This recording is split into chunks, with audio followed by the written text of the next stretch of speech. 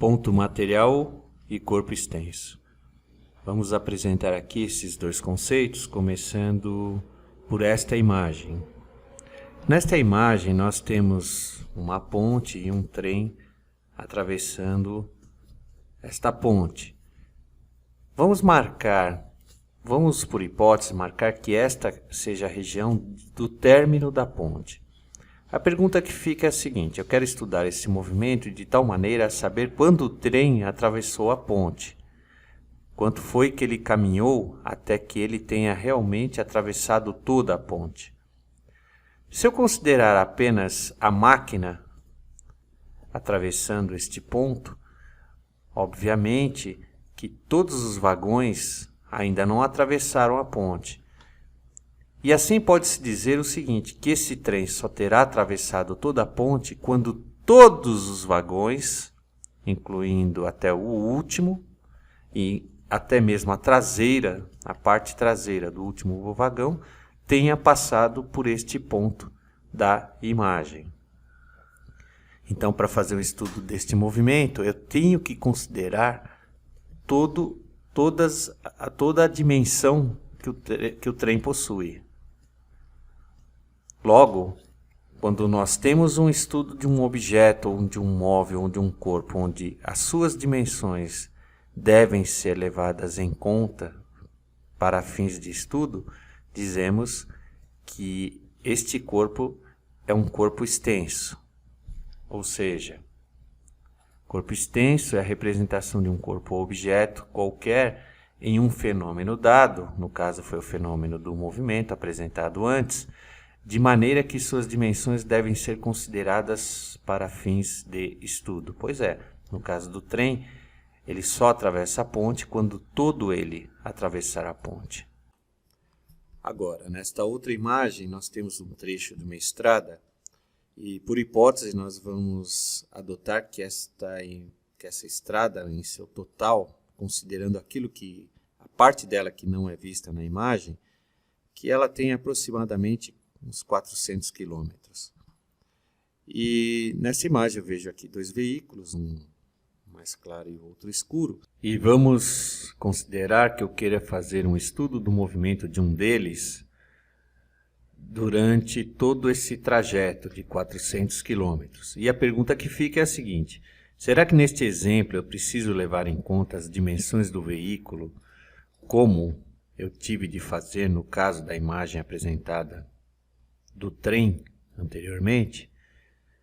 Bom, vamos avaliar. Vamos admitir que o veículo ele tenha aproximadamente 4 metros. Para uma estrada de 400 quilômetros, se convertermos essa distância em metros, teremos 400 mil metros.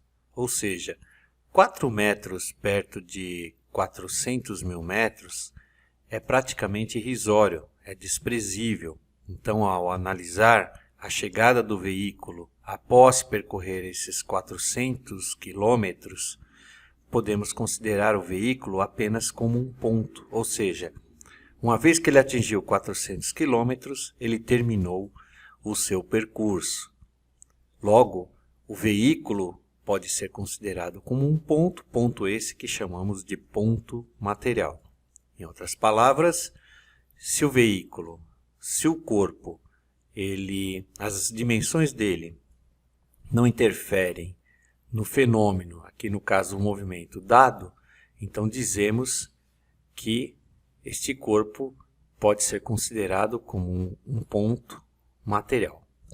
Então, continuando, temos aqui, ponto material é a representação de um corpo ou objeto qualquer como um ponto no fenômeno dado, não considerando suas dimensões, desprezando suas dimensões.